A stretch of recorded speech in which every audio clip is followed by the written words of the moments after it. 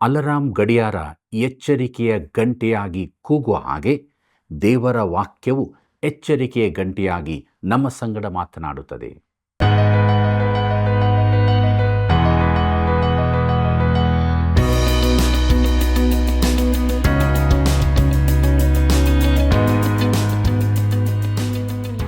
ಆತ್ಮೀಯ ಮಿತ್ರರೇ, ನೀವೆಲ್ಲರೂ ದೇವರ ವಾಕ್ಯದ ಅಧ್ಯಯನದಲ್ಲಿ ಆಶೀರ್ವದಿಸಲ್ಪಟ್ಟು ನಿರೀಕ್ಷೆಯ ಜೀವಿತದಲ್ಲಿ ಸಾಗುತ್ತಿರುವಿರಿ ಎಂದು ನಾವು ನಂಬುತ್ತೇವೆ.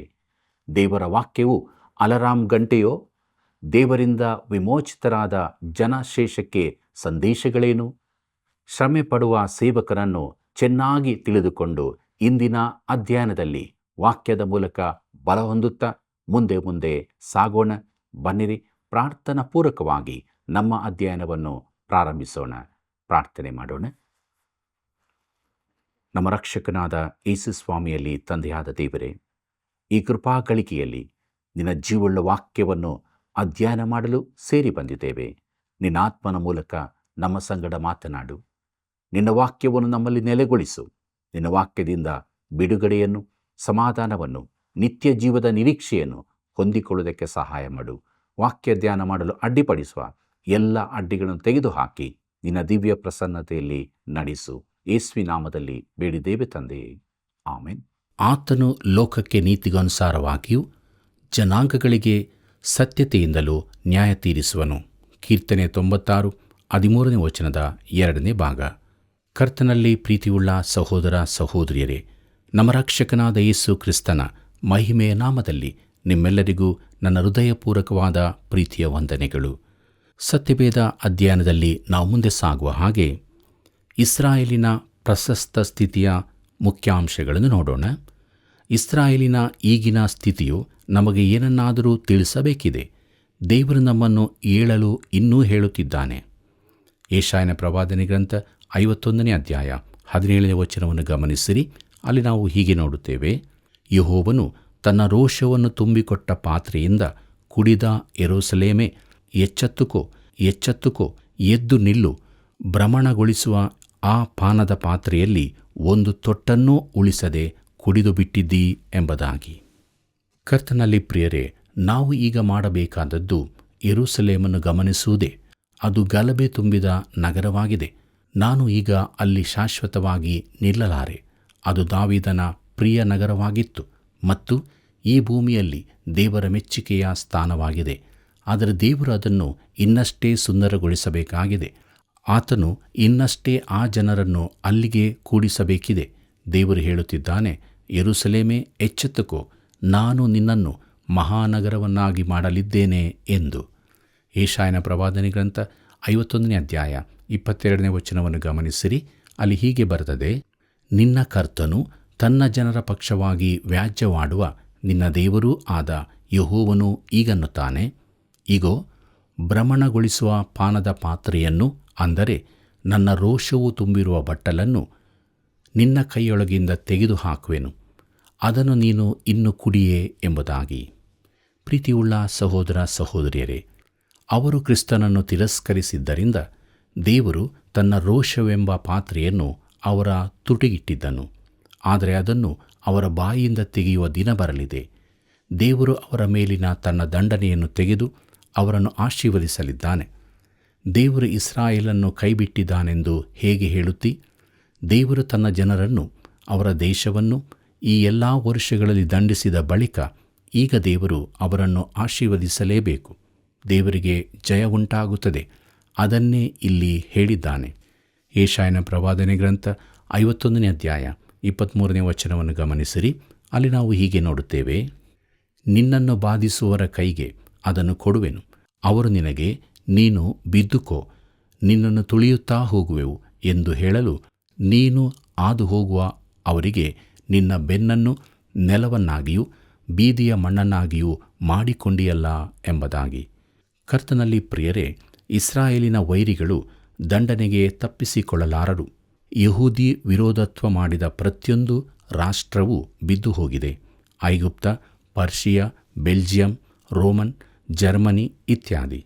ಪ್ರಿಯರೇ, ದೇವರು ಇಸ್ರಾಯೇಲನ್ನು ಆರಿಸಲಿದ್ದಾನೆ ಮತ್ತು ಪೂರ್ವದಲ್ಲಿನ ಘಟನೆಗಳು ನಾವು ಕೊನೆ ಕಾಲಕ್ಕೆ ಸಮೀಪಿಸುತ್ತಿದ್ದೇವೆಂದು ನಮ್ಮನ್ನು ಎಚ್ಚರಿಸುವುಗಳಾಗಿವೆ. ಆದರೆ ಈಗ ಯಾವ ನಿರ್ದಿಷ್ಟ ಪ್ರವಾದನೆಯೂ ನೆರವೇರುತ್ತಿಲ್ಲ. ಕರ್ತನಲ್ಲಿ ಪ್ರಿಯರೇ, ಮುಂದಕ್ಕೆ ನಾವು ಯೆಶಾಯನ ಪ್ರವಾದನೆ ಗ್ರಂಥದ 52ನೇ ಅಧ್ಯಾಯದ ಧ್ಯಾನವನ್ನು ಪ್ರಾರಂಭಿಸೋಣ. ಮುಖ್ಯ ಪ್ರಸ್ತಾಪ: ಇಸ್ರಾಯೇಲಿನ ವಿಮೋಚಿತರಲ್ಲಿನ ಜನಶೇಷಕ್ಕೆ ಆಹ್ವಾನ, ಇಸ್ರಾಯೇಲಿಗೆ ರಾಜ್ಯ ಸ್ಥಾಪನೆ, ಶ್ರಮಪಡುವ ಸೇವಕನ ಪರಿಚಯ. ಪ್ರಿಯರೇ, ನಾವು ಯೆಶಾಯನ ಗ್ರಂಥದಲ್ಲಿ ಮುಂದುವರಿಯುತ್ತಿದ್ದಂತೆ ಯೆಹೋವನ ಸೇವಕನನ್ನು ಛಾಯೆಯಾಗಿ ಇಲ್ಲವೇ ಹಿನ್ನೆಲೆಯಲ್ಲಿ ಕಂಡೆವು. ಈಗ ನಾವು 53ನೇ ಅಧ್ಯಾಯವನ್ನು ಸಮೀಪಿಸುತ್ತಿರುವಂತೆ ಈ ಯೆಹೋವನ ಸೇವಕನು ಬೇರಾರೂ ಆಗಿರದೆ ಕರ್ತನಾದ ಯೇಸು ಕ್ರಿಸ್ತನೇ ಎಂಬುದನ್ನು ಸ್ಪಷ್ಟವಾಗಿ ಕಾಣುತ್ತೇವೆ. ಕಳೆದ ಅಲಾರಾಂ ಗಡಿಯಾರದ ಅಧ್ಯಾಯದಲ್ಲಿ ಎಚ್ಚರಿಕೆ ಗಂಟೆ ಕೂಗಿಕೊಳ್ಳುತ್ತಿತ್ತು, ಎಚ್ಚೆತ್ತುಕೋ, ಎಚ್ಚರವಾಗು ಎಂಬುದಾಗಿ. ನಮ್ಮೆದುರಿಗಿರುವ ಈ ಅಧ್ಯಾಯದಲ್ಲಿ ಕೂಡ ಎಚ್ಚರಿಕೆ ಗಂಟೆ ಕೂಗುತ್ತಿರುತ್ತದೆ. ಇಸ್ರಾಯೇಲ್ಯರಲ್ಲಿನ ವಿಮೋಚಿತ ಜನಶೇಷಕ್ಕೆ ಆಹ್ವಾನ ಎಂಬ ವಿಚಾರವನ್ನು ನೋಡೋಣ.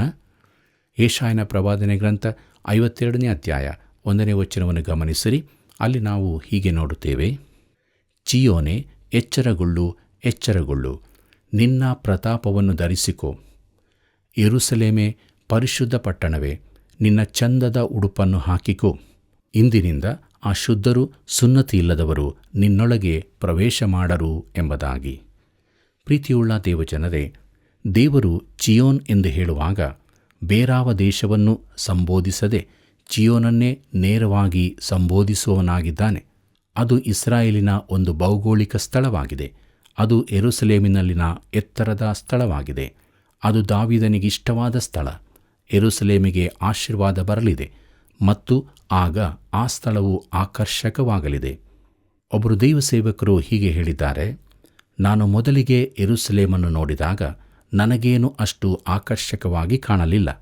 ನಾನು ಯೆರಿಕೋದಿಂದ ಬಂದು ಬೆಥಾನ್ಯಕ್ಕೆ ಒಲಿಯುವ ಬೆಟ್ಟಗಳ ಸುತ್ತಾಗಿ ಬಂದಿದ್ದೆ. ಆಗ ನಾನು ದೇವಾಲಯವಿದ್ದ ಸ್ಥಳಕ್ಕೆ ಸಮೀಪವಾಗಿ ಬಂದಿದ್ದೆ. ಗೋಡೆಗಳು, ಪೂರ್ವದ ಬಾಗಲು ಎಲ್ಲವೂ ಸಮೀಪವಿದ್ದವು. ನಾನು ನಿಜವಾಗಿ ಸಂತೋಷದಲ್ಲಿದ್ದೆ. ಅದು ಸಾಯಂಕಾಲದ ಹೊತ್ತಾಗಿತ್ತು. ಪಟ್ಟಣದ ಮೇಲೆ ನೆರಳು ಹರಡಿತ್ತು. ನಾನು ಪಟ್ಟಣವನ್ನು ಹೊಕ್ಕು ಸುತ್ತಾಡಲು ಮರುದಿನದವರೆಗೆ ಕಾಯಬೇಕಾಗಿತ್ತು. ಆದರೆ ಮರುದಿನ ನನಗೆ ಬಹಳ ನಿರಾಶೆಯಾಯಿತು. ಆ ಪಟ್ಟಣ ನನಗೆ ಅಷ್ಟು ಆಕರ್ಷಕವಾಗಿ ಕಾಣಲಿಲ್ಲ. ಆದರೆ ದೇವರ ವಾಕ್ಯದಲ್ಲಿ ಅದನ್ನು ಅಂದವಾದದ್ದೆಂದು ಹೇಳಲಾಗಿದೆ. ಅದು ದೇವರ ದೃಷ್ಟಿಕೋನವಾಗಿದೆ. ಅದರ ಪರಿಸರ ಅಂದವಾಗಿದೆ ಎಂದು ನಾನು ಒಪ್ಪಿಕೊಳ್ಳುತ್ತೇನೆ, ಆದರೆ ಪಟ್ಟಣವಲ್ಲ ಎಂಬುದಾಗಿ. ಕರ್ತನಲ್ಲಿ ಪ್ರಿಯರೇ, ಆದರೆ ಇಲ್ಲಿ ಆತನು ಸ್ಪಷ್ಟವಾಗಿ ಹೇಳುವುದೇನೆಂದರೆ, ಮುಂದೊಂದು ದಿನ ಅದು ಅಂದವಾದ ನಗರಿಯಾಗುತ್ತದೆ ಎಂದು. ಇದು ಆತನ ರಕ್ಷಣಾ ಕಾರ್ಯದ ನಿಮಿತ್ತದಿಂದಾಗಿ. ಈಗ ನರಳಾಡುತ್ತಾ ನೋವಿನಿಂದ ಕೂಡಿರುವ ಈ ಭೌತಿಕ ವಿಶ್ವವನ್ನು ಬಿಡುಗಡೆಗೊಳಿಸಲಿದ್ದಾನೆ. ಇಡೀ ಜಗತ್ತೇ ಸುಂದರವಾದ ಸ್ಥಳವಾಗುತ್ತದೆ. ಹಾಗೆಯೇ ಕ್ರಿಸ್ತನು ನಮ್ಮ ಶರೀರಗಳನ್ನು ಬಿಡುಗಡೆಗೊಳಿಸುತ್ತಾನೆ. ನಾವು ನೂತನ ಶರೀರವನ್ನು ಹೊಂದಲಿದ್ದೇವೆ ಮತ್ತು ಆಗ ಇಡೀ ಸೃಷ್ಟಿಯೇ ವಿಮೋಚನೆ ಹೊಂದುತ್ತದೆ. ವಿಮೋಚನೆಯು ವ್ಯಕ್ತಿಗಳಿಗೆ ಮಾತ್ರವಲ್ಲ, ವಸ್ತುಗಳಿಗೆ ಕೂಡ. ಪ್ರಿಯರೇ, ದೇವರು ಮೋಶೆಯ ಧರ್ಮಶಾಸ್ತ್ರದಲ್ಲಿ ಅನುಮತಿಸಿದ ವಿಮೋಚನೆ ಇದೇ ರೀತಿಯದ್ದಾಗಿದೆ. ಅದು ಒಂದು ಉದಾಹರಣೆಯಾಗಿದೆ. ಯೆಶಾಯನ ಪ್ರವಾದನೆ ಗ್ರಂಥ 52ನೇ ಅಧ್ಯಾಯ 2ನೇ ವಚನ ಹೀಗೆ ಹೇಳುತ್ತದೆ: ಯೆರೂಸಲೇಮೇ, ಧೂಳನ್ನು ಜಾಡಿಸಿಕೋ, ಎದ್ದು ಆಸನದ ಮೇಲೆ ಕೂಡು. ಸೆರೆಬಿದ್ದ ಚಿಯೋನ್ ಕನ್ಯೆಯೇ, ನಿನ್ನ ಕತ್ತಿನ ಪಾಶವನ್ನು ಬಿಚ್ಚಿಬಿಡು ಎಂಬುದಾಗಿ. ಪ್ರೀತಿಯುಳ್ಳ ದೇವಜನರೇ, ಈಗ ಅಲ್ಲಿ ಅರಬ್ ರಾಷ್ಟ್ರವಿದೆ. ಎಲ್ಲ ಪವಿತ್ರ ಸ್ಥಳಗಳಲ್ಲಿ ದೇವಾಲಯವಿರುತ್ತದೆ. ರಷ್ಯಾದ Orthodox, Greek Orthodox, Roman Catholic, Lutheran ಹಾಗೂ ಇತರ ಎಲ್ಲ ದೇಶಗಳ ಸಭೆಗಳು ಆ ಸ್ಥಳದಲ್ಲೆಲ್ಲ ತುಂಬಿಕೊಂಡಿವೆ. ಯೆರೂಸಲೇಮನ್ನು ಮತಗಳಿಂದ ಬಿಡುಗಡೆಗೊಳಿಸಬೇಕಾಗಿದೆ. ಈಗ ಅಲ್ಲಿರುವ ಪಾಪ ಹಾಗೂ ಕೀಳುಮಟ್ಟದ ನಾಗರಿಕತೆಯಿಂದ ಯೆರೂಸಲೇಮು ಮುಕ್ತವಾಗಬೇಕಾಗಿದೆ. ಮುಕ್ತತೆ ಬರಲಿದೆ. ಅದು ರಾಜ್ಯಾಡಳಿತ ಕಾಲದಲ್ಲಾಗುತ್ತದೆ. 2500 ವರ್ಷಗಳಿಂದ ಆ ಪಟ್ಟಣವು ಶತ್ರುವಶವಾಗಿದೆ. ಅದು ಅನ್ಯ ಜನರಿಂದ ತುಳಿಯಲ್ಪಟ್ಟಿದೆ. ಆದರೆ ಈ ಗುಲಾಮತನದ ಸರಪಳಿಗಳು ಕಳಚಿ ಬೀಳುವ ದಿನ ಬರಲಿದೆ. ಯೆಶಾಯನ ಪ್ರವಾದನೆ ಗ್ರಂಥ 52ನೇ ಅಧ್ಯಾಯ 3ನೇ ವಚನವನ್ನು ಗಮನಿಸಿರಿ. ಅಲ್ಲಿ ಹೀಗೆ ಬರೆದದೆ: ಯೆಹೋವನ ಈ ಮಾತನ್ನು ಕೇಳಿರಿ, ಲಾಭ ಪಡೆಯದೆ ನಿಮ್ಮನ್ನು ಮಾರಿದೆನು, ಹಣ ತಕ್ಕೊಳ್ಳದೆ ನಿಮ್ಮನ್ನು ಬಿಡುಗಡೆ ಮಾಡುವೆನು ಎಂಬುದಾಗಿ. ಕರ್ತನಲ್ಲಿ ಪ್ರಿಯರೇ, ಆತನ ಪರಿಶುದ್ಧ ಪಟ್ಟಣವನ್ನು ವಶ ಪಡೆದವರಿಂದ ಆತನು ಏನನ್ನೂ ಪಡೆದುಕೊಳ್ಳದ್ದರಿಂದ ಈಗ ಪ್ರತಿಯಾಗಿ ಆತನು ಏನನ್ನೂ ಕೊಡುವುದಿಲ್ಲ. ಆತನು ಅದನ್ನು ಅವರಿಂದ ಹಿಂದಕ್ಕೆ ಪಡಕೊಂಡು ಪುನಃ ಸ್ಥಾಪಿಸುವನು. ಯೆಶಾಯನ ಪ್ರವಾದನೆ ಗ್ರಂಥ 52ನೇ ಅಧ್ಯಾಯ 4ನೇ ವಚನ ಹೀಗೆ ಹೇಳುತ್ತದೆ, ಕರ್ತನಾದ ಯೆಹೋವನು ಹೀಗಂದುಕೊಳ್ಳುತ್ತಾನೆ, ನನ್ನ ಜನರು ಮೊಟ್ಟಮೊದಲು ಐಗುಪ್ತದಲ್ಲಿ ಹಿಡಿದುಕೊಳ್ಳಬೇಕೆಂದು ಹೋಗಿ ಅಲ್ಲಿ ಸೆರೆಯಾದರು. ಅಶ್ಶೂರ್ಯರು ಹಕ್ಕಿಲ್ಲದೆ ಅವರನ್ನು ಬಾಧೆಪಡಿಸಿದರು ಎಂಬುದಾಗಿ. ಪ್ರಿಯರೇ, ಯಾಕೋಬನು ಆಹ್ವಾನ ಸ್ವೀಕರಿಸಿ ಐಗುಪ್ತಕ್ಕೆ ಹೋದನು, ಆದರೆ ಅವನ ಸಂತಾನದವರು ಗುಲಾಮರಾದರು. ಅಶ್ಶೂರ್ಯರು ಬೇರೆ ಇತರರು ಅವರನ್ನು ಶೋಷಿಸಿದರು. 1000 ವರ್ಷದ ರಾಜಾಡಳಿತ ಆರಂಭವಾದಾಗ ಇದೆಲ್ಲವೂ ಅಂತ್ಯಗೊಳ್ಳುತ್ತದೆ. ಯೆಶಾಯನ ಪ್ರವಾದನೆ ಗ್ರಂಥ 52ನೇ ಅಧ್ಯಾಯ 5ನೇ ವಚನವನ್ನು ಗಮನಿಸಿರಿ. ಅಲ್ಲಿ ನಾವು ಹೀಗೆ ನೋಡುತ್ತೇವೆ, ಈಗಲೂ ಅನ್ಯರು ನನ್ನ ಜನರನ್ನು ಹಕ್ಕಿಲ್ಲದೆ ಒಯ್ದಿರಲು ನಾನು ಇಲ್ಲಿ ಸುಮ್ಮನಿರುವುದು ಹೇಗೆ? ನನ್ನ ಪ್ರಜೆಯನ್ನು ಆಳುವವರು ರೌದ್ರದಿಂದ ಕಿರುಚುತ್ತಾರೆ. ನನ್ನ ನಾಮವು ದಿನವೆಲ್ಲ ಎಡೆಬಿಡದೆ ದೂಷಣೆಗೆ ಗುರಿಯಾಗಿದೆ ಎಂಬುದಾಗಿ. ಪ್ರಿಯರೇ, ತನ್ನ ಜನರು ತನ್ನನ್ನು ನಿರಾಕರಿಸಿದ್ದರಿಂದ ಅವರಿಗೇನೂ ಲಾಭವಾಗಲಿಲ್ಲ. ಆದ್ದರಿಂದ ಆತನು ಹೇಳುತ್ತಾನೆ, ಯೆಶಾಯನ ಪ್ರವಾದನೆ ಗ್ರಂಥ 52ನೇ ಅಧ್ಯಾಯ 6ನೇ ವಚನವನ್ನು ನೋಡಿರಿ. ಅಲ್ಲಿ ಹೀಗೆ ಬರೆದದೆ, ಹೀಗಿರಲು ನನ್ನ ಜನರು ನನ್ನ ನಾಮದ ಮಹತ್ತನ್ನು ತಿಳಿದು ತಮ್ಮ ಸಂಗಡ ಮಾತಾಡುವವನು ನಾನೇ, ಹೌದು ನಾನೇ ಎಂದು ರಕ್ಷಣೆಯ ಆ ದಿನದಲ್ಲಿ ಗ್ರಹಿಸಿಕೊಳ್ಳುವ ಹಾಗೆ ಮಾಡುವೆನು. ಇದೇ ಯೆಹೋವನ ನುಡಿ ಎಂಬುದಾಗಿ. ಕರ್ತನಲ್ಲಿ ಪ್ರಿಯರೇ, ಇದು ಅಂದವಾದ ಯೋಚನೆಯಾಗಿದೆ. 2000 ವರ್ಷಗಳ ಕೆಳಗೆ ಇಲ್ಲಿದ್ದಾಗ ಅವರು ಆತನನ್ನು ತಿಳುಕೊಳ್ಳಲಿಲ್ಲ. ಆತನ ಆಗಮನದ ದಿನವನ್ನು ಅವರು ತಿಳಿದಿರುತ್ತಿದ್ದರೆ ಆತನು ತಿರುಗೊಮ್ಮೆ ಬರುವಾಗ ಅವರು ಆತನನ್ನು ತಿಳುಕೊಳ್ಳುವರು. ಆಗ ಆತನು ನಾನೇ, ಹೌದು ನಾನೇ ಎಂದು ಹೇಳುವನು. ಆದರೆ ಆತನನ್ನು ತಿರಸ್ಕರಿಸಿದವರಿಗೆ ಆತನ ಕಡೆಗೆ ತಿರುಗಿಕೊಳ್ಳಲು ತಡವಾಗುವುದು. ಕರ್ತನಲ್ಲಿ ಪ್ರಿಯರೇ, ಇಸ್ರಾಯೇಲ್ಯರಿಗೆ ರಾಜ್ಯ ಸ್ಥಾಪನೆ ಎಂಬ ವಿಚಾರವನ್ನು ನೋಡೋಣ. ಯೆಶಾಯನ ಪ್ರವಾದನೆ ಗ್ರಂಥ 52ನೇ ಅಧ್ಯಾಯ 9ನೇ ವಚನವನ್ನು ಗಮನಿಸಿರಿ. ಅಲ್ಲಿ ಹೀಗೆ ಬರೆದದೆ, ಯೆರೂಸಲೇಮಿನ ಹಾಳು ಪ್ರದೇಶಗಳೇ, ತಟ್ಟನೆ ಜಯಘೋಷ ಮಾಡಿ ಒಟ್ಟಿಗೆ ಹರ್ಷಧ್ವನಿಗೈಯಿರಿ. ಯೆಹೋವನು ಯೆರೂಸಲೇಮನ್ನು ವಿಮೋಚಿಸಿ ತನ್ನ ಜನರನ್ನು ಸಂತೈಸಿದ್ದಾನೆ ಎಂಬುದಾಗಿ. ಪ್ರೀತಿಯುಳ್ಳ ಸಹೋದರ ಸಹೋದರಿಯರೇ, ಈಗಿನ ಯೆರೂಸಲೇಮಿನಲ್ಲಿನ ನಾವು ಗಮನಿಸುವ ಒಂದಂಶವೆಂದರೆ ಹರ್ಷ ಸಂಗೀತದ ಕೊರತೆ. ಅಲ್ಲಿನ ಸಭೆಗಳ ಸ್ಥಿತಿಯು ಅದೇ ಆಗಿದೆ. ಆರಾಧನೆಗಳನ್ನು ನಾನು ಕೇಳಿದ್ದೆ, ಆದರೆ ಅದರಲ್ಲಿ ಹರ್ಷಗೀತೆಗಳಿರಲಿಲ್ಲ. ದೇವಾಲಯವಿದ್ದ ಸ್ಥಳದಲ್ಲೇ ಇರುವ ಓಮರನ ಮಸೀದಿಯ ಸುತ್ತಲೂ ಎಲ್ಲ ಕಡೆ ವಿಷಾದದ ಛಾಯೆ ಇದೆ. ಗೋಳಾಟದ ಗೋಡೆಯ ಬಳಿ ಹೋದರೆ ಅಲ್ಲಿ ಗೋಳಾಟ ಮಾತ್ರ ಕೇಳಿಸುತ್ತದೆ. ಯಹೂದ್ಯರು ತಮ್ಮ ತಲೆಗಳನ್ನು ಗೋಡೆಗೆ ಹೊಡೆದುಕೊಳ್ಳುತ್ತಿದ್ದಾರೆ. ಆದರೆ ರಾಜ್ಯಾಡಳಿತದ ಅವಧಿಯಲ್ಲಿ ಎಲ್ಲರೂ ಸಂತೋಷವಾಗಿರುವರು. ಅವರು ಹರ್ಷದಲ್ಲಿ ಮುಳುಗಿರುವರು ಮತ್ತು ಒಟ್ಟಾಗಿ ಹಾಡುವರು. ಅದು ನಿಜವಾಗಿ ಸಂತೋಷದ ಸಮಯವಾಗಿರುವುದು. ಕರ್ತನಲ್ಲಿ ಪ್ರಿಯರೇ, ಈ ದಿನಗಳಲ್ಲಿ ಕೂಡ ದೇವಜನರಾದ ನಾವು ದುಃಖದ ಮುಖವುಳ್ಳವರಾಗಿರಬೇಕೆಂಬುದು ದೇವರ ಚಿತ್ತವಲ್ಲ. ನಾನು ಸದಾ ಗುಣಗುಟ್ಟುತ್ತಾ ಟೀಕಿಸುತ್ತಾ ಇರಬಾರದು. ನಾವು ಸಂತೋಷವಾಗಿರಬೇಕೆಂದು ಆತನು ಬಯಸುತ್ತಾನೆ. ಅಪೊಸ್ತಲನಾದ ಯೋಹಾನನು ಬರೆದಿದ್ದಾನೆ, ನಮ್ಮುಭಯತರ ಸಂತೋಷವು ಪರಿಪೂರ್ಣವಾಗಬೇಕೆಂದು ನಾವು ಈ ಮಾತುಗಳನ್ನು ಬರೆಯುತ್ತೇವೆ ಎಂಬುದಾಗಿ. ಯೋಹಾನ ಬರೆದ ಮೊದಲನೇ ಪತ್ರಿಕೆ 1ನೇ ಅಧ್ಯಾಯ 4ನೇ ವಚನದಲ್ಲಿ ಇದನ್ನು ಓದುತ್ತೇವೆ. ಸ್ವಲ್ಪ ಮಾತ್ರ ಸಂತೋಷವಲ್ಲ, ಯಾವಾಗಲೂ ಸಂತೋಷ. ರಾಜ್ಯಾಡಳಿತ ಕಾಲದಲ್ಲಿ ಕಲಿಸಿದ ಪ್ರಾರ್ಥನೆಗೆ ದೇವರು ಉತ್ತರ ಕೊಡುತ್ತಾನೆ. ಆ ಮಾತು ನಿನ್ನ ರಾಜ್ಯವು ಬರಲಿ ಎಂಬುದಾಗಿದೆ. ಮತ್ತಾಯನ ಬರೆದ ಸುವಾರ್ತೆ 6ನೇ ಅಧ್ಯಾಯ 10ನೇ ವಚನದಲ್ಲಿ ನೋಡುತ್ತೇವೆ. ಪ್ರಿಯರೇ, ಕಣ್ಣೀರು ದುಃಖಗಳು ಇಲ್ಲವಾಗುವವು. ಭೂಲೋಕದಲ್ಲಿ ಇನ್ನೆಂದೂ ಗೋಳಾಟವೂ ಇರದು. ಅದರ ಬದಲಿಗೆ ಸಂತೋಷವಿರುವುದು. ಅದನ್ನು ಕೇಳುವವರೆಲ್ಲರೂ 1000 ವರ್ಷದ ಆಳಿಕೆಯು ಬಂದಿದೆಯೆಂದು ತಿಳುಕೊಳ್ಳುವರು. ಮುಂದಕ್ಕೆ ನಾವು ಶ್ರಮೆ ಪಡುವ ಸೇವಕರನ್ನು ಪರಿಚಯಿಸುವುದು ಎಂಬುದಾಗಿದೆ. ಪ್ರಿಯರೇ, ನೀವು ಜನ್ಮಕ್ಕೆ ಬರಬೇಕಾದರೆ ಯಾರಾದರೂ ನೋವನ್ನನುಭವಿಸಲೇಬೇಕು. ಹೊಸ ಜನ್ಮ, ಹೊಸ ಜಗತ್ತಿನ ಸೃಷ್ಟಿ ಕೂಡ ಇದೇ ರೀತಿ ಆಗಬೇಕಾಗಿದೆ. ಆದ್ದರಿಂದಲೇ ಇಲ್ಲಿ ಶ್ರಮೆ ಪಡುವ ಸೇವಕನನ್ನು ನೋಡುತ್ತಿದ್ದೇವೆ. ಯೆಶಾಯನ ಪ್ರವಾದನೆ ಗ್ರಂಥ 52ನೇ ಅಧ್ಯಾಯ 13ನೇ ವಚನ ಹೀಗೆ ಹೇಳುತ್ತದೆ, ಇಗೋ ನನ್ನ ಸೇವಕನು ಕೃತಾರ್ಥನಾಗುವನು, ಅವನು ಉನ್ನತನಾಗಿ ಮೇಲಕ್ಕೇರಿ ಮಹೋನ್ನತ ಪದವಿಗೆ ಬರುವನು ಎಂಬುದಾಗಿ. ಪ್ರೀತಿಯುಳ್ಳ ದೇವಜನರೇ, ವಾಷಿಂಗ್ಟನ್ನಿನ ಅನೇಕ ಆಡಳಿತಗಾರರು ಉನ್ನತಿ ಎಂಬ ಪದವನ್ನು ಅತಿಯಾದದ್ದು ಎಂಬುದಾಗಿ ಉಪಯೋಗಿಸಿದ್ದಾರೆ. ತಮ್ಮ ನಡತೆಯಲ್ಲಿ ಉನ್ನತಿಯನ್ನು ಹೇಳಿಕೊಳ್ಳುತ್ತಾರೆ. ಆದರೆ ಅವರು ನಿಜವಾಗಿ ಮೇಲ್ಮಟ್ಟಕ್ಕೆ ಏರಿದ್ದಾರೋ ಇಲ್ಲವೇ ಎಂಬುದೇ ಪ್ರಶ್ನೆಯಾಗಿದೆ. ಒಂದು ಪಕ್ಷ ಉನ್ನತಿಗೇರಿದೆ ಎಂದು ನೀನು ಭಾವಿಸುವುದಾದರೆ ವಿರೋಧ ಪಕ್ಷದವರನ್ನು ಕೇಳು. ಯಾರೂ ಕೂಡ ಉನ್ನತಿಗೇರಿಲ್ಲವೆಂಬುದನ್ನು ನೀನು ಕಂಡುಕೊಳ್ಳುವಿ. ಮಾನವನು ಈ ದಿನದಲ್ಲಿ ವಿವೇಕವುಳ್ಳವನಾಗಿ ವರ್ತಿಸುತ್ತಿಲ್ಲ. ಆದರೆ ಕರ್ತನಾದ ಯೇಸು ಕ್ರಿಸ್ತನು ಬಂದಾಗ ಆತನು ವಿವೇಕಪರನಾಗಿ ವ್ಯವಹರಿಸುತ್ತಾನೆ. ಈ ಚಿತ್ರಣವನ್ನು ಇಲ್ಲಿ ಕೊಡಲಾಗಿದೆ. ಪ್ರಿಯರೇ, ಆತನು ಉನ್ನತನಾಗಿ ಮೇಲಕ್ಕೇರಿ ಮಹೋನ್ನತ ಪದವಿಗೆ ಬರುವನು. ಫಿಲಿಪ್ಪಿಯ ವಿಶ್ವಾಸಿಗಳಿಗೆ ಪೌಲನು ಬರೆಯುತ್ತಾನೆ, ಈ ಕಾರಣದಿಂದ ದೇವರು ಆತನನ್ನು ಅತ್ಯುನ್ನತ ಸ್ಥಾನಕ್ಕೆ ಏರಿಸಿ ಎಲ್ಲ ಹೆಸರುಗಳಿಗಿಂತ ಶ್ರೇಷ್ಠವಾದ ಹೆಸರನ್ನು ಆತನಿಗೆ ದಯಪಾಲಿಸಿದ್ದಾನೆ. ಆದುದರಿಂದ ಸ್ವರ್ಗ, ಮರ್ತ್ಯ, ಪಾತಾಳಗಳಲ್ಲಿರುವವರೆಲ್ಲರೂ ಯೇಸುವಿನ ಹೆಸರಿನಲ್ಲಿ ಅಡ್ಡಬಿದ್ದು ಯೇಸು ಕ್ರಿಸ್ತನನ್ನು ಒಡೆಯನೆಂದು ಪ್ರತಿಜ್ಞೆ ಮಾಡಿ ತಂದೆಯಾದ ದೇವರಿಗೆ ಘನವನ್ನು ಸಲ್ಲಿಸುವರು ಎಂಬುದಾಗಿ ಫಿಲಿಪ್ಯರಿಗೆ ಬರೆದ ಪತ್ರಿಕೆ 2ನೇ ಅಧ್ಯಾಯ 9ನೇ ವಚನದಿಂದ 11ನೇ ವಚನದವರೆಗೆ ಓದುತ್ತೇವೆ. ಪ್ರಿಯರೇ, ಈಗ ನಾವು ಶ್ರಮೆ ಪಡುವ ಸೇವಕನನ್ನು ನೋಡಲಿದ್ದೇವೆ. ಯೆಶಾಯನ ಪ್ರವಾದನೆ ಗ್ರಂಥ 52ನೇ ಅಧ್ಯಾಯ 14ನೇ ವಚನವನ್ನು ಗಮನಿಸಿರಿ. ಅಲ್ಲಿ ನಾವು ಹೀಗೆ ನೋಡುತ್ತೇವೆ, ಅವನ ಮುಖವು ಸಕಲ ಮನುಷ್ಯರ ಮುಖಕ್ಕಿಂತಲೂ ಅವನ ರೂಪವು ಎಲ್ಲ ನರಜನ್ಮದವರ ರೂಪಕ್ಕಿಂತಲೂ ವಿಕಾರವಾಗಿರುವುದನ್ನು ನೋಡಿ ಅನೇಕರು ಹೇಗೆ ಅವನಿಂದ ಬೆದರಿ ಬಿದ್ದರೋ ಎಂಬುದಾಗಿ. ಪ್ರೀತಿಯುಳ್ಳ ದೇವಜನರೇ, ಇದು ಕ್ರಿಸ್ತನ ಕ್ರೂಜೆ ಮರಣದ ದೃಶ್ಯವಾಗಿದೆ ಮತ್ತು ಇವಾಗ 53ನೇ ಅಧ್ಯಾಯಕ್ಕೆ ತಕ್ಕ ಹಿನ್ನೆಲೆಯನ್ನು ಉಂಟುಮಾಡುತ್ತದೆ.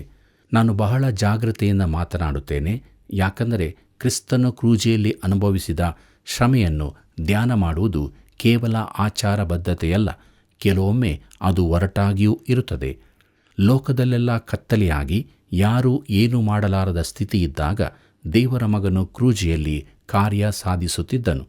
ಕತ್ತಲೆಯ ಆ ಕರಾಳ 3 ತಾಸಿನ ಅವಧಿಯಲ್ಲಿ ಕ್ರೂಜೆಯು ಒಂದು ವೇದಿಕೆಯಾಯಿತು ಮತ್ತು ದೇವರ ಕುರಿಮರಿಯಾದ ದೇವರ ಮಗನು ಲೋಕದ ಪಾಪಕ್ಕೆ ಪ್ರಾಯಶ್ಚಿತ್ತ ತೆರುತ್ತಿದ್ದನು. ಈ 3 ತಾಸುಗಳ ಕತ್ತಲೆಯ ಬಳಿಕ ಕ್ರೂಜೆಯ ಮೇಲೆ ಬೆಳಕು ಬಿದ್ದಾಗ ಜನರ ಗುಂಪು ಆಶ್ಚರ್ಯಪಟ್ಟಿರಬಹುದು. ಆತನು ಮನುಷ್ಯನಂತೆ ಕೂಡ ಕಾಣಲಿಲ್ಲ. ರಕ್ತ ತುಂಬಿದ ನಡುಗುವ ಮನುಷ್ಯ ಶರೀರ, ಅದು ಮಾತಿಗೆ ಮೀರುವಂತಾದು. ಮುಂದಿನ ಅಧ್ಯಾಯದಲ್ಲಿ ನಾವು ಅವನಲ್ಲಿ ಯಾವ ಅಂದಚಂದಗಳು ಇರಲಿಲ್ಲ ಎಂದು ಬರೆದದನ್ನು ನೋಡುತ್ತೇವೆ. ಯೆಶಾಯನ ಪ್ರವಾದನೆ ಗ್ರಂಥ 53ನೇ ಅಧ್ಯಾಯ 2ನೇ ವಚನವನ್ನು ನೋಡಿರಿ. ಪ್ರಿಯರೇ, ಈ ಕಾರಣಕ್ಕಾಗಿಯೇ ದೇವರು ಕ್ರೂಜೆಯ ಮೇಲೆ ಕತ್ತಲೆಯ ಮುಸುಕನ್ನು ಹಾಕಿದನು. ಮಾನವನ ಆಸಕ್ತಿ ಆಹಾರವಾಗತಕ್ಕದ್ದೇನೂ ಅಲ್ಲಿ ಕಂಡುಬರಲಿಲ್ಲ. ಅವನ ಮುಖವು ಸಕಲ ಮನುಷ್ಯರ ಮುಖಕ್ಕಿಂತಲೂ ಅವನ ರೂಪವು ಎಲ್ಲ ನರಜನ್ಮದವರ ರೂಪಕ್ಕಿಂತಲೂ ವಿಕಾರವಾಗಿರುವುದನ್ನು ನೋಡಿ ಎಂಬುದಾಗಿ ಯೆಶಾಯನ ಪ್ರವಾದನೆ ಗ್ರಂಥ 14ನೇ ಅಧ್ಯಾಯದಲ್ಲಿ ನಾವು ನೋಡುತ್ತೇವೆ. ದೇವಸೇವಕರಾದ ಡಾಕ್ಟರ್ ವರ್ನನ್ ಮೆಗ್ಗಿಯವರು ಈ ರೀತಿಯಾಗಿ ಹೇಳುತ್ತಾರೆ, ನಾನು ಟೆನ್ನೆನ್ಸಿಯ ನ್ಯಾಶ್ವಿಲ್ಲೆಯಲ್ಲಿ ಸಭಾಪಾಲಕನಾಗಿದ್ದಾಗ ಅಲ್ಲಿನ ಹಿರೀ ಸಭೆಯವರಲ್ಲೊಬ್ಬರು ಅಗ್ನಿಶಾಮಕ ದಳದ ಅಧಿಕಾರಿಯಾಗಿದ್ದರು. ಅವರು ಯಾವಾಗಲೂ ಪ್ರಥಮ ಚಿಕಿತ್ಸಾ ಪೆಟ್ಟಿಗೆಯನ್ನು ಇಟ್ಟುಕೊಳ್ಳುವುದರ ಪ್ರಾಮುಖ್ಯತೆಯನ್ನು ಹೇಳುತ್ತಿದ್ದರು. ಅವರು ಪ್ರಥಮ ಚಿಕಿತ್ಸೆಯ ತರಬೇತಿಗಳನ್ನು ಕೊಡುತ್ತಿದ್ದರು. ನನ್ನ ವಾಹನದಲ್ಲಿ ಪ್ರಥಮ ಚಿಕಿತ್ಸಾ ಪೆಟ್ಟಿಗೆ ಇದೆಯೋ ಎಂದು ಹಲವು ಬಾರಿ ಕೇಳಿದ್ದರು. ಅವರ ಒತ್ತಾಯದ ಮೇರೆಗೆ ಕಡೆಗೆ ನಾನೊಂದು ಅಂಥ ಪೆಟ್ಟಿಗೆಯನ್ನು ಇಟ್ಟುಕೊಂಡೆ. ಒಂದು ದಿನ ಮುಂಜಾನೆ ಅಗ್ನಿ ಅವಘಡದ ಗಂಟೆ ಬಾರಿಸಿತು. ಕೂಡಲೇ ಅಗ್ನಿಶಾಮಕ ದಳದವರೆಲ್ಲ ಚಟುವಟಿಕೆಯಲ್ಲಿ ತೊಡಗಿದರು. ಹೋಗುವಾಗ ದಾರಿಯಲ್ಲಿ ಈ ಅಧಿಕಾರಿ ಚಲಾಯಿಸುತ್ತಿದ್ದ ಅಗ್ನಿಶಾಮಕ ವಾಹನಕ್ಕೆ ಹಾಲಿನ ಟ್ಯಾಂಕರ್ ಬಂದು ಬಡಿದು ಅಡಿಮೇಲಾಯಿತು. ಅದರಲ್ಲಿದ್ದ ಸಿಬ್ಬಂದಿಗಳು ರಸ್ತೆಯ ಮೇಲೆ ಎಳೆಯಲ್ಪಟ್ಟರು. ಬೆಳಿಗ್ಗೆ 5 ಗಂಟೆಗೆ ನನಗೆ ಫೋನಿನಲ್ಲಿ ತಿಳಿಸಿದರು. ಆ ಅಧಿಕಾರಿ ಆಸ್ಪತ್ರೆಯಲ್ಲಿದ್ದಾರೆಂದು ತಿಳಿಯಿತು. ನಾನು ಅಲ್ಲಿಗೆ ಹೋದಾಗ ಅವರು ಇನ್ನೂ ಜೀವದಲ್ಲಿದ್ದರು. ಅವರ ತಂದೆ ಅವರ ಹಾಸಿಗೆಯ ಪಕ್ಕದಲ್ಲಿ ಕುಳಿತುಕೊಂಡಿದ್ದರು. ನಾನು ಅವರ ಕಡೆಗೆ ನೋಡಿದಾಗ ಅವರ ಮುಖವು ಗುರುತಿಸಲಾರದಷ್ಟು ನುಜ್ಜುಗುಜ್ಜಾಗಿತ್ತು. ಅವರ ಬಾಯಿ ಮಾತ್ರ ಕಾಣುತ್ತಿದ್ದು ಅವರು ಉಸಿರಾಡುತ್ತಿದ್ದರೆಂದು ತಿಳಿಯುತ್ತಿತ್ತು. ಅವರು ಹೆಚ್ಚು ಹೊತ್ತು ಉಳಿಯಲಿಲ್ಲ. ಸುಮಾರು 1 ತಾಸಿನಲ್ಲಿ ಅವರು ತೀರಿಕೊಂಡರು.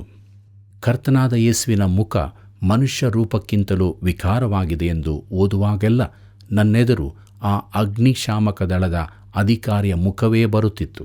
ಹಾಗಾದರೆ ಯೇಸುವಿನ ಮುಖ ಅದಕ್ಕಿಂತಲೂ ವಿರೂಪವಾದದ್ದಾಗಿರಬೇಕು. ಅವನು ಕೇವಲ ನಡುಗುವ ಮಾಂಸದ ಮುದ್ದೆಯಂತಿದ್ದನು. ಕ್ರೂಜೆಯಲ್ಲಿ ನನ್ನ ಕರ್ತನು ಸಹಿಸಿದ್ದು ಇದನ್ನೇ ಎಂಬುದಾಗಿ.